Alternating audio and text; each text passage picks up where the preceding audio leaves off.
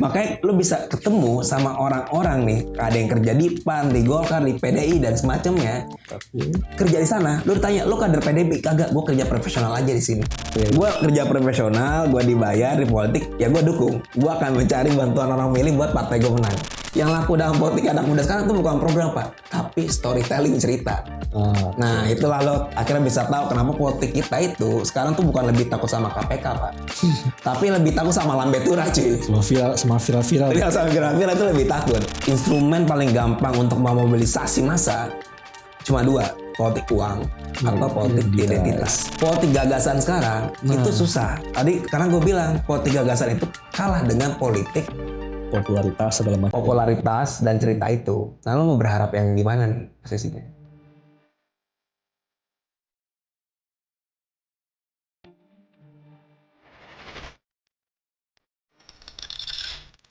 Oke, kita balik lagi bro. Tadi gue ingin nanya soal ini.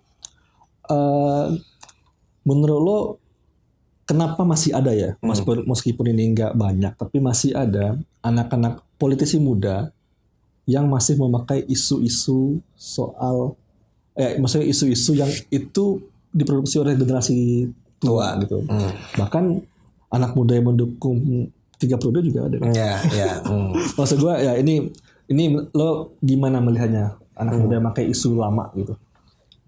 Ya, sebenarnya sih bukan isu lama ya. Lama artian mungkin isu si penguasa gitu. Tapi itu di-deliver. Iya, karena kalau isu lama, semua masa di Indonesia tuh adalah isu lama sebenarnya. Iya, gue mau ngomong isu penguasa, tapi gue agak ini aja. Tapi kadang lo udah eksplisit, ya udah itu isu ya, isu penguasa gitu. Atau enggak ya isu minimal bukan isu penguasa lah. Maksud gue penguasa kesannya kayak generik banget. Isu bosnya masing-masing gitu.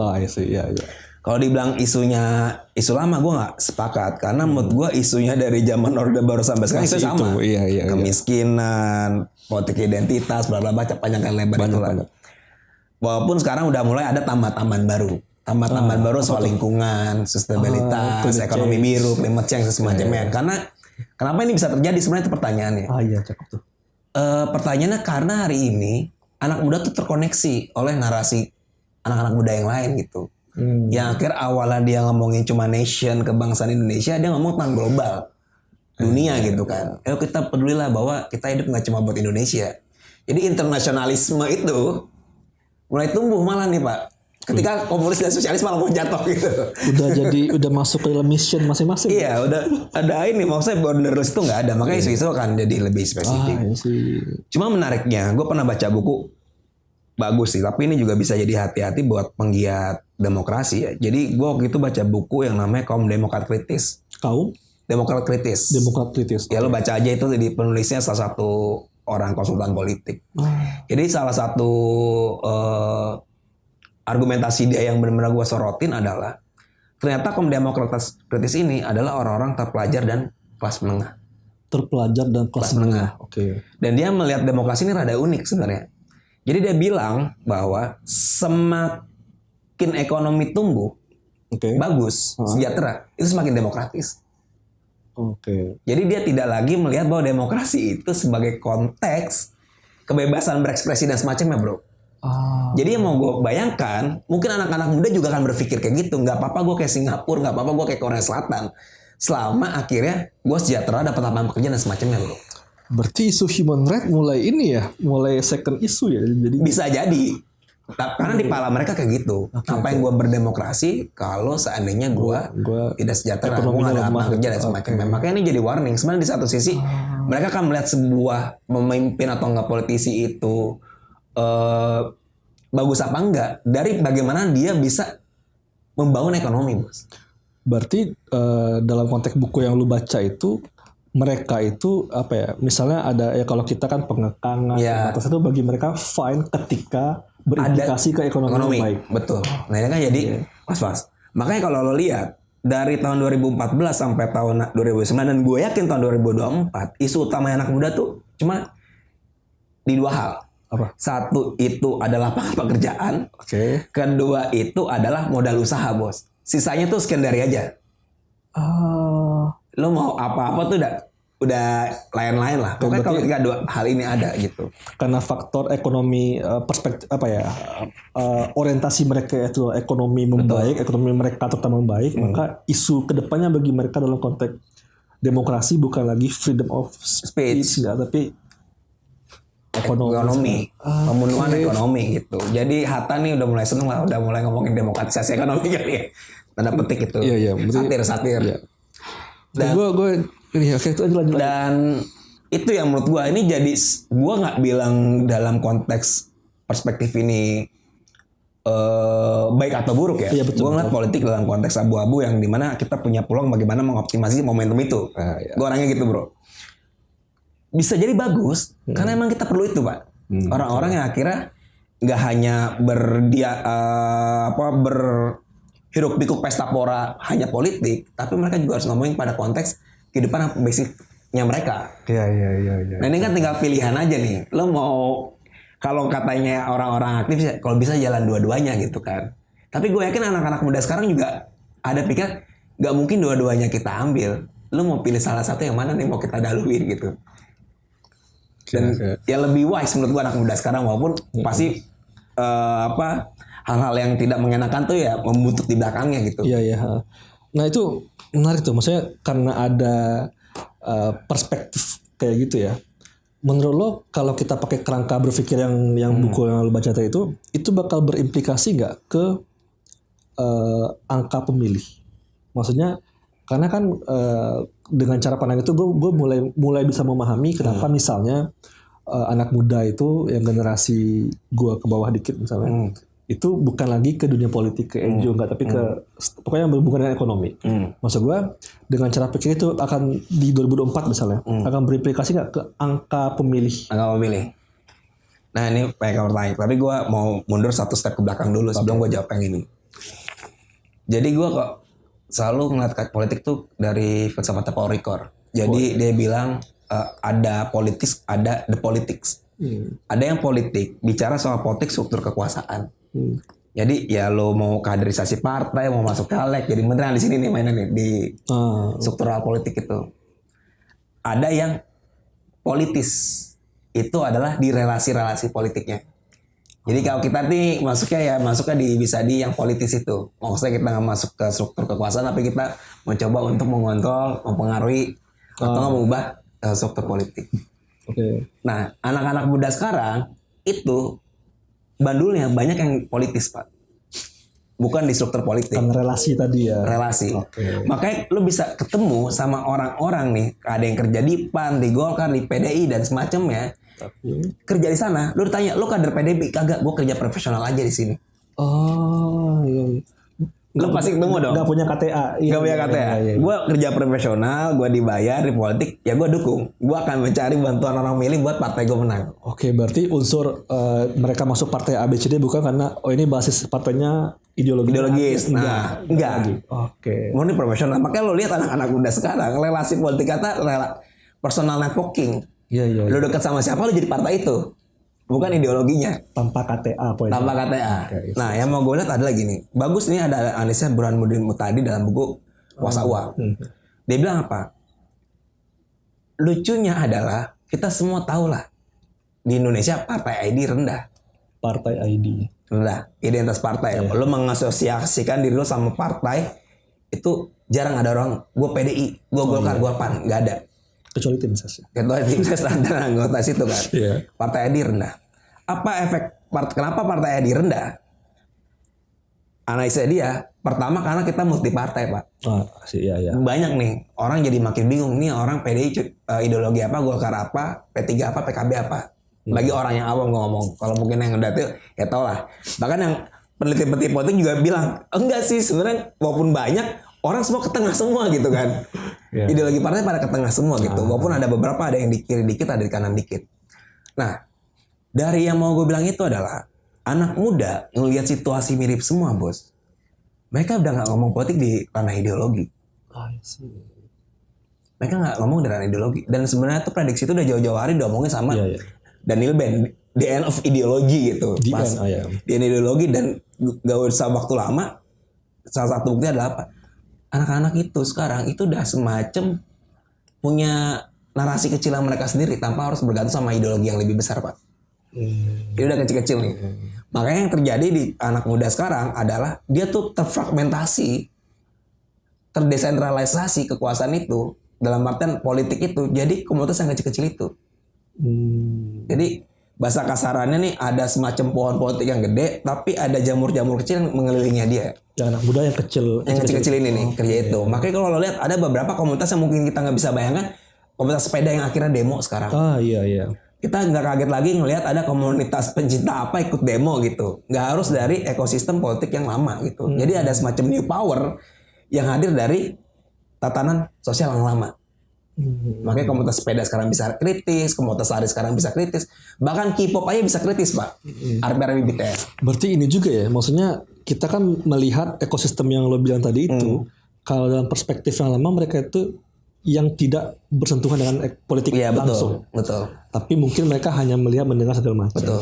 Tapi dengan kondisi yang sekarang, meskipun mereka tidak terlibat langsung di politik, atau mereka kalau kita membayangkan dulu, yang ngapain orang-orang yang sepeda bareng demo, itu kan itu hal yang mungkin kan. Betul. Tapi sekarang mereka itu mulai gue nggak tahu entah mereka yang mendekatkan diri atau menganggap politik itu dekat yang kayak tadi itu. Maksud gue itu hal yang gue baru ngeh juga ya. Berarti yang mereka dulu itu, kita dulu membayangkan ini nggak mungkin mereka demo kan, nggak kebayang tuh pecinta hewan demo, kebayang kan. Tiba-tiba udah demo ya gue dapat poinnya tuh. Nah terus pada konteksnya tadi lo bilang apakah mereka akan berpartisipasi pemilu apa enggak? Iya, pemilih ya. Sebagai pemilih. Nah itu Bu. Bisa jadi, bisa enggak. Kalau ditanya seandainya orang-orang anak muda ini milih karena apa? Bukan lagi dalam institusi kepartaian, bukan lagi ideologi personal. Makanya gue bilang era politik sekarang itu ideologi itu Pak kalah sama reputasi Pak. Jadi kalau dulu orang ngomong, wah gue bakal bangun ini sosialisme, gue akan bangun khilafah gitu-gitu. Kalau sekarang enggak, orang lihat ini reputasi nih orang pemimpin kita bagus apa enggak? Track record tadi. Track record. Makanya nggak aneh sekarang bahwa politik kita itu melakukan personalisasi ke segala aspek tatanan sosial kita. Nggak cuma partai Pak. Partai kan ada personalisasi. NGO pun juga kayak gitu Pak. Ada personalisasi. Wah karena tokoh ini ya udah. Ketika tokoh ini nggak ada, bikin LSM baru Pak. Kayak gitu kan. Donornya gitu. Ya sedikit. Sedikit gambaran. Maksud gua personalisasi politik yang kita benci itu nyaris ke segala aspek Bos. Bahkan ke komunitas-komunitas. Nah yang mau gua kasih tahu adalah apa? Wah kalau misalnya politik itu dari ideologi ke reputasi, apa sih sebenarnya penyebabnya gitu kan? Gue menyebabkan karena gue selalu percaya manusia itu pada dasarnya emosional bro, irasional. Jadi politik kita nggak pernah rasional. Makanya kita nggak suka hal yang programatik. Kita selalu memutuskan sesuatu itu dengan hal-hal yang emosional. Kalau lo baca buku Daniel Kahneman aja dia juga ngomong gitu kan. Semua keputusan manusia itu ditentukan sama emosinya dia. Ya jadi wajar ketika kita milih politik, ya kita pakai emosi. Nah emosi maka dibilang apa? Yang laku dalam politik anak muda sekarang itu bukan program Pak, tapi storytelling cerita. Nah itulah lo akhirnya bisa tahu kenapa politik kita itu sekarang tuh bukan lebih takut sama KPK Pak. Tapi lebih takut sama Lambe Tura cuy. Sama viral-viral. Sama viral-viral itu lebih takut. Itu berarti real bro. Pantas ya sekarang banyak politisi muda itu yang suka bercerita. Iya. Tapi kadang kalau kita kan punya background keilmuan nih yang dekat sama politik, terkadang storytelling dia itu ini poinnya di mana ya? Apa sih ya? Motivasinya apa ya? Motivasi itu. Jadi kadang tapi masih ada juga kan ya, apa yang mereka itu storytelling dengan saya ingin bangun ini. Besok nggak akan ada ini lagi. Itu masih ada juga ya. Oke, ini gue masuk ke sini. Dengan berbagai penjelasan lo tadi itu, kira-kira isu politik identitas masih laku nggak di anak muda, di politik anak muda? Nah, ini menarik. Politik identitas itu masih laku. Meskipun di anak muda? Meskipun di anak muda. Bahkan Francis Fukuyama dalam buku Identity itu ngebahas itu juga kan. Kenapa politik identitas itu laku? Ini gue dapet postulan bagus dari Jonathan Haidt kalau misalnya baca The Reckless Mind. Dia bilang, ya politik itu pada dasarnya bukan personal. Nah ini menarik. pada konteks kita milih politik personal, tapi pada konteksnya dia bilang ketika kita di politik bukan personal, tapi komunal. Oke. Jadi keputusan kita politik milih siapa atau siapa itu ditentukan sama komunal kita, bukan karena personal kita. Berarti bukan preferensi pribadi. Bukan nggak pernah murni preferensi pribadi. Berarti masih lokal strongman masih laku ya berarti ya? Masih laku. Komunal peer group itu paling kuat. Nah peer group ini kenapa bisa di peer group? Dia butuh satu asosiasi simbolik Pak. Ya ini identitas. Oke. Nah identitas ini gunanya apa? Dalam politik identitas itu bro. Kalau misalnya lo ada pelaku pendorong modus operandi politik identitas itu dipakai cuma 2. Pertama itu adalah sebagai modus operandi membangun afiliasi. Oke. Atau menjadi sarana untuk membuat kompetisi Pak. Oke. Lo di 2 ini gak bisa tengah-tengah. Pasti lo itu. Nah tadi gue bilang gak mungkin dong lo ngomongin ke semua orang itu program lo. Yeah. Salah satu yang paling enak adalah lo menjahit satu kolektif itu menjadi sasaran tembak target politik lo, dan itu lo mainkan di itu Identitas tadi. identitas itu. Jadi dengan identitas itu mobilisasi politik lebih mudah ketimbang yang sifatnya programatik. Nah, yang identitas laku di Indonesia misalnya lo tanya, itu apa? Gue lihat ya, sebenarnya kalau di kita itu emang masih belum selesai masalah politik identitas di ranah agama. Karena kalau kita, masyarakat kita itu mengasosiasikan komunalnya itu lebih ke agama atau enggak ke etnis. Jarang mengasosiasikan dirinya sebagai kelas. Oh kita sama orang miskin nih, kita harus itu, gitu-gitu. Udah Nggak. Kayaknya kurang Marx semua ya. Kurang Marxian semua. Iya. Tapi kalau menurut lo, politik identitas yang digunakan oleh anak muda itu sama nggak dengan yang digunakan oleh para yang senior-senior? Penggunaan isunya, karena kan kalau dari penjelasan lo tadi itu isu identitas itu kayak strategik gitu. Maksudnya itu hal-hal yang dibangun dari bawah segala macam dikonsolidasikan. Tapi kan kalau bagi gampangnya, kan kalau politik identitas itu bagi gue bilangnya oleh politisi senior ya, ya untuk lo pilih gue atau ini. Maksudnya udah membagi 2 gitu aja gitu. Maksudnya nggak strategik yang lo bilang tadi. Kalau gue membayangkan penggunaan isu identitas ya. Lo gimana kalau cara pandang lo perbedaan itu? Ada lah yang pakai itu sebenarnya secara itu. Kayak istilah-istilahnya kan kayak spin doctor itu ada. Yang memang dia difungsikan untuk memakai identitas dalam pemenangan politik.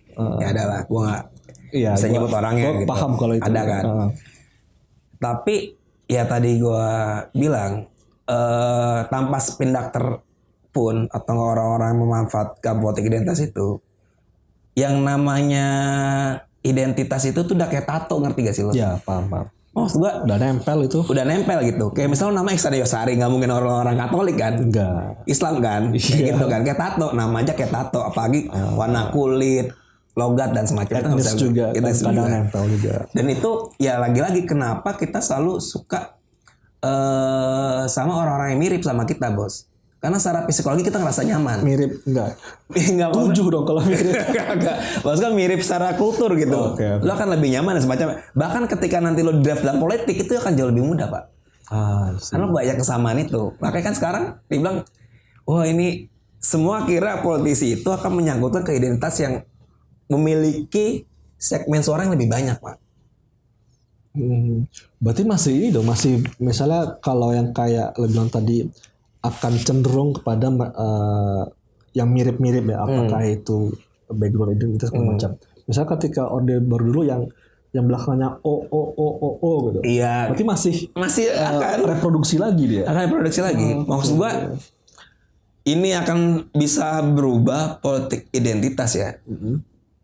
Gua ngelihat mungkin 2024 masih ada lah politik identitas. Tapi gua yakin 10 apa 20 tahun lagi. Buset, lama banget ya. Bener. 10 sampai 20 tahun lagi politik identitas sudah nggak laku, Pak. Ini gue ada analisis goblok aja nih. Gimana? Goblok aja nih gue. Karena nanti akan ada kemajuan transportasi di Indonesia. Amin. Dengan adanya kemajuan teknologi informatika di Indonesia. Amin. Dan semua dipermudah untuk saling terkoneksi. Amin. Yang namanya pacaran tuh nggak lagi satu suku, Pak. Oh, gue kira tadi nggak lagi satu orang, lebih. Satu suku pasti. Orang sekarang tuh dulu Pak, bapak-bapak kita ini gue ngambil contoh goblok aja ya. Bapak kita, angkatan bapak kita itu orang Jawa pasti ketemu orang Jawa. Dan itu biasa satu kampung tuh Pak. Oke. Nih di eranya kita itu udah mulai nih kecampur orang Bandung sama orang Jawa. Terus orang Sumatera sama orang Kalimantan dan semacamnya. Oke. Dan itu ada difasilitasi sama satu hal aplikasi. Ini analisis goblok pasti dianggap sih. Apa tuh aplikasi? Tinder. Oh. Lo tau kan alat pencari pasangan. Berarti orang-orang kan akan semakin bercampur nih. Berarti kan besok nih anak-anak yang lain dia tuh semakin kebingungan mengasosiasikan diri dengan identitas apa, Bos. I see. Iya. Dia nggak bakal kayak gue orang Jawa. Sekarang lo tanya teman-teman lo. Kayak gue nih, gue nyokap Batak. Bokap Jogja. Ditanya, lo asli mana? Gue bingung, Bos. Nah, gue ngebayangkan 20-30 tahun orang makin banyak kawin campur. Ya mungkin politik identitas itu akan makin nggak berarti. Tapi ada satu hal yang akan tetap bertahan. Apa, bro? Apa? Agama, Bos. Oh, berarti identitas yang lo maksud tadi itu etnis tadi ya. Etnis sudah gak bakal jadi masalah kita. Jadi besok gue yakin akan ada satu momentum kita dapat orang bukan Jawa, karena bukan orang Jawa, orang campuran, Bos. Tapi masalahnya agama ini masih bisa diwariskan kan. Iyalah. Nah ini nih baru PR-nya. Gimana caranya? Mungkin Bapak Iksan yang bisa menjawab itu. Ya, mungkin seiring perjalanan waktu diskursus Wildan Syah soal anak muda itu bakal meminimalisir lah ya dengan narasi-narasi. Tapi ini juga gue tambah lagi. Itu kalau misalnya pada etnis. Pada agama gue yakin akan ada satu momentum juga. Itu akan biasa aja. Karena sekarang lo lihat anak-anak muda sekarang itu pacarannya udah beda agama, nyantai aja, Bos. Oke. Terus menikah. Berapa tokoh publik secara ikonik itu sudah mulai biasa aja nikah beda agama. Maksud gue ketika tokoh publik ini baik yang ada. Jadi kalau istilahnya dalam teori budaya populer, ketika ada satu ikon melakukan sesuatu, itu akan jadi panutan ke basis massa. Oke, nah ini menarik nih. Jadi kan tadi penjelasan lo itu lebih ke politik identitas dalam konteks relasi sosial. Ya betul. Nah yang konteks relasi politik praktisnya masih laku nggak? Masih, Bos. Gue bilang masih laku, 2024 masih laku. Entah tuh yang tadi gue bilang tuh kalau udah dinamika sosialnya berubah. Berarti kalau kita masih bahas politik identitas di 2024 masih laku? Masih laku. Tapi bakal ada episode lain ini. Masih laku, bro. Kenapa gue bilang masih laku? Besok lo perhatiin sama gue. Meskipun anak muda yang ngomongnya. Iya, masih laku. Masih banyak orang mendadak pakai peci, mendadak ke pesantren, mendadak di gereja tuh masih ada, Bos. Oke, tapi ya politisi muda kasih narasi lain lah. Harapan gue itu kasih narasi lain yang substantif lah. Gue, aduh, ini tugas Wildan Syah juga. Tapi gini, sebenarnya emang kita harus berharap besar gitu ya sama anak-anak muda juga tidak memainkan politik identitas. Karena tuh instrumen paling gampang untuk memobilisasi massa cuma dua, politik uang atau politik identitas. Itu dua itu. Politik gagasan sekarang itu susah. Tadi karena gue bilang politik gagasan itu kalah dengan politik popularitas segala macam. Popularitas dan cerita itu. Nah lo mau berharap yang di mana nih posisinya? Ya aduh. Karena harapan kan kita relatif tahu lah ya gimana kualitas dari teman-teman muda yang masuk ke lingkar kekuasaan ataupun politik lah secara struktural ya. Kita paham gimana kualitasnya. Tapi kenapa ketika mereka udah masuk, bukan soal sikap politik ya, tapi narasi yang dimunculkan itu, ayolah ini bukan kualitas elo ini gitu. Iya. Misalnya ketika, gue sebenarnya banyak yang tendensius, tapi bukannya gini. Kalau lo ingin, misalnya beberapa narasi yang sering muncul ya, soal ini juga diproduksi oleh generasi tua. Jangan mengkritik kalau nggak ada solusi. Ya. Itu kan yang, ayo aja terserah mereka ngasih kritik atau gimana gitu kan. Itu pertama. Yang kedua, jangan cuma jangan cuma kritik tapi tunjukkan sumbangsi lo ke negara. Wah itu berat kan. Atau misalnya jangan padamkan lilin. Oh ya gitu-gitu. Motivasi lah. Iya, maksudnya jelasin aja gimana situasi di dalam, gimana sumbangsi lo, gimana pressure yang lo hadapi, minta tanggapan dari masyarakat, dari publik. Udah yang maksudnya gampang itu. Oke. Tapi gue ada ini ya, maksud gue apakah ada peluang nih buat anak muda di tahun 2024 untuk mendapatkan momentum hal tersebut? Oke. Gimana tuh? Gue yakin ada peluang besar sebenarnya bro. Dan ini nggak terbaca oleh siapapun yang melihat keruwetan-keruwetan yang tadi gue bilang tadi. Satu, yang pertama gue mau ngasih tahu. Pertama tadi gue udah bilang bahwa partai ID di Indonesia tuh rendah. Jadi orang tidak pernah mengasosiasikan sama siapa partai mana. Ya dikit lah, gue nggak bilang tidak ada tapi sedikit. Yang kedua, posisinya sekarang personalisasi politik. Yang dimana akhirnya tokoh-tokoh publik itu mencoba untuk memfrekuensikan diri kepada pemilihnya. Yang ketiga, karena mereka tidak punya ideologi dan program yang jelas, dia tuh hanya mencomot apa yang sebenarnya mau dimauin sama masyarakat, bro. Sama anak muda. Ini kayak udah galang-galang aja nih. Dan yang kelima, karena semua orang ke tengah, Pak, partai politik, dia tuh butuh satu ide yang meyakinkan mereka ketika gue ambil ide lo, gue menang. Nah, ini menurut gue sebenarnya opportunity bagi anak-anak muda. Ketika akhirnya lo nggak hanya memperjuangkan diri lo sendiri, tapi emang berkoalisi dan berjejaring, bangun satu semacam platform bersama sih. Apa sih dia yang dimaukan generasi ini buat di politik 2024? Bangun program-program apa yang lo harapkan, dan akhirnya itu dikampanyekan. Biar maksud gue tadi gini, kamu sih partai kagak punya program. Ya udah, lo maju nih karena kecarut marutan ini, lo majuin sesuatu apa? Karena lo lihat aja di Indonesia itu berapa program kalau perhatiin itu sebenarnya udah mulai makan isu anak muda loh. Iya. Kayak sekarang ada percepatan perpres kecepatan mobil listrik misalnya. Itu kan isu yang semua anak muda tapi sebenarnya nggak anak muda banyak juga gitu. Ya walaupun ada bersinggungan dengan kapitalisme global bla bla bla gitulah singkat cerita. Termasuk ngomongin soal iklim.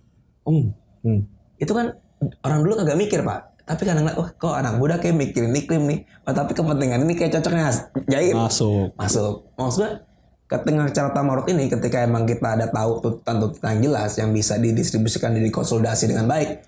Itu malah jadi gambaran sama orang partai yang hari ini nggak tahu mau ngapain bos.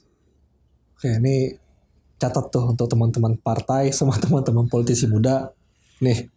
Banyak panjang lebar itu udah berapa SKS tuh udah bisa bikin camp pelatihan sendiri tuh narasi barusan. Jadi camp pelatihan untuk politisi atau tim ses muda. Iya. Soal isu-isu politik anak muda. Cakep. Ini langsung di kontak darah hubungan. Oke bro, kita kayaknya udah di penghujung. Karena kalau dibahas semuanya sekarang nanti episode berikutnya nggak ada cerita lagi. Aduh, nggak usah bahas. Karena akan banyak nih kalau kita dengar narasi tadi itu daging semua karena yang kayak gue bilang di awal tadi kalau ngomong politik anak muda referensi gue salah satunya dia secara penampilan secara narasi gitu. Oke kawan setara gue pikir cukup sampai di situ. Terima kasih bro udah siap bro, thank you. Jangan bosan-bosan ya biar setara untuk gabung ke sini ya. Oke kawan setara sampai jumpa di episode berikutnya. Bye.